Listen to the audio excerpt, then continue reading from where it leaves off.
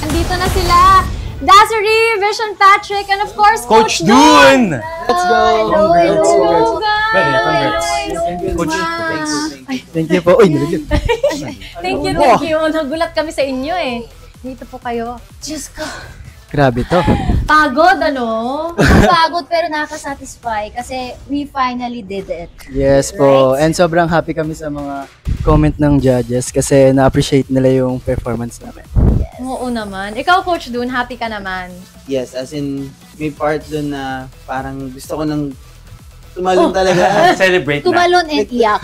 Ewan ko kung iiyak ako or tatalon ako dun sa, sa inupuan ko sa sobrang happy ko. And ever since talaga na mag-start na kami, parang sobrang naging confident talaga ako. Yung outcome na ginawa nila, Coach, yun talaga yung expected mo mangyayari? Yun talaga yung practice Actually, nyo? mas mataas pa yung nabigay nila. Wow. As in, Wow. I mean, honestly, Thank you po, Coach. At saka alam mo, Dassery, sa sobrang taas, si Sean hindi na makapagsalita, oh. Bakit? Ano nangyari? Sabi kasi ako gusto itanong sa inyo, ayan, lalo yun, kay Coach. Sino nakaisip ng concept na magtataho? well, May actually, taho. nag-brainstorm talaga.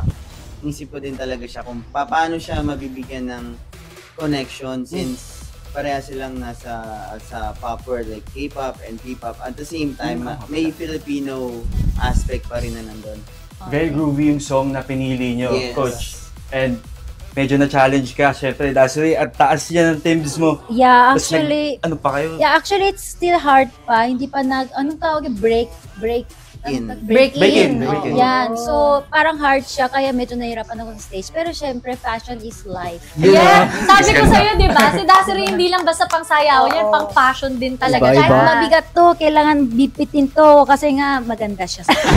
Ganon. Of course. Coach, syempre, pag magpahinga na kayo dahil nga din sa Yes. Dassery Patrick. Thank you so much. Thank you po, Congratulations. thank you. Congrats. Salamat po. Thank you. Salamat po. Congrats, Mare. Thank you po. Thank you.